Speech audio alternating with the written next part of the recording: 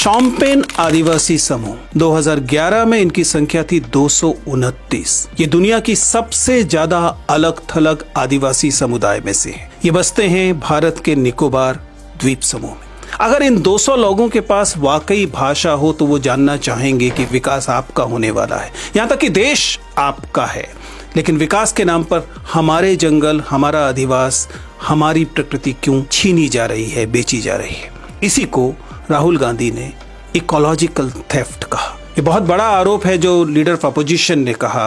उन्होंने कहा कि विकास के नाम पर निकोबार में संसाधनों की लूट हो रही है और जो मेगा प्रोजेक्ट वहां लाया जा रहा है, जिसे कि सरकार कहती है कि इकोनॉमिक ग्रोथ के लिए है, स्ट्रेटेजिक डेवलपमेंट के लिए है। मैं जानना चाहता हूं कि शोम्पेन आदिवासी समूह को इनमें से किससे लाभ होने वाला है? क्या वास्तव में हम अपनी डाइवर्सिटी को, हम अपनी ट्राइबल कम्युनिटीज को मजबूर नहीं कर रहे हैं? अगर आप अध्ययनों पे जाएं तो बाकायदा एनवायरमेंटल इम्पैक्ट असेसमेंट रिपोर्ट यही कहती है, फॉरेस्ट एडवाइजरी कमेटी की ऑब्जर्वेशन भी यही कहती है कि इस प्रोजेक्ट से बड़े पैमाने पर डिफॉरेस्टेशन होने वाला है, इसके बहुत बड़े इकोलॉजिकल रिस्क हैं।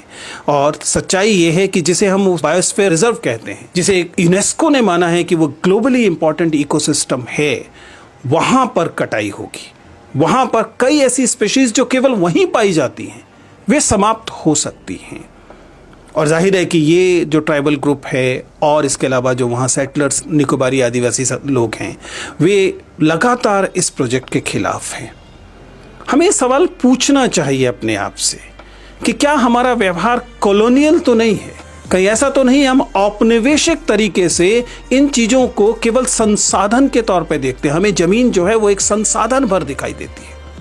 ये ठीक है कि हमें विकास की जरूरत पड़ती है, लेकिन विकास और विनाश के बीच का मतलब, अगर इनके बीच की लाइन अगर समाप्त हो जा रही है, तब फिर ये विकास नहीं कहा जा सकता। कुल मिलाकर देश को जिम्मेदारी लेनी चाहिए। ऐसा नहीं किया जा सकता कि देश के तमाम जमीन को, प्रकृति को केवल संसाधन की तरह देखा जाए और कुछ कंपनियों को बेच दिया जाए। क्योंकि कल को अगर ये जंगल नहीं बचेंगे, ये जमीन नहीं बचेगी, आदिवासी नहीं बचेंगे, तो जो कुछ भी बचेगा वो भले ही कुछ हो, देश नहीं होगा।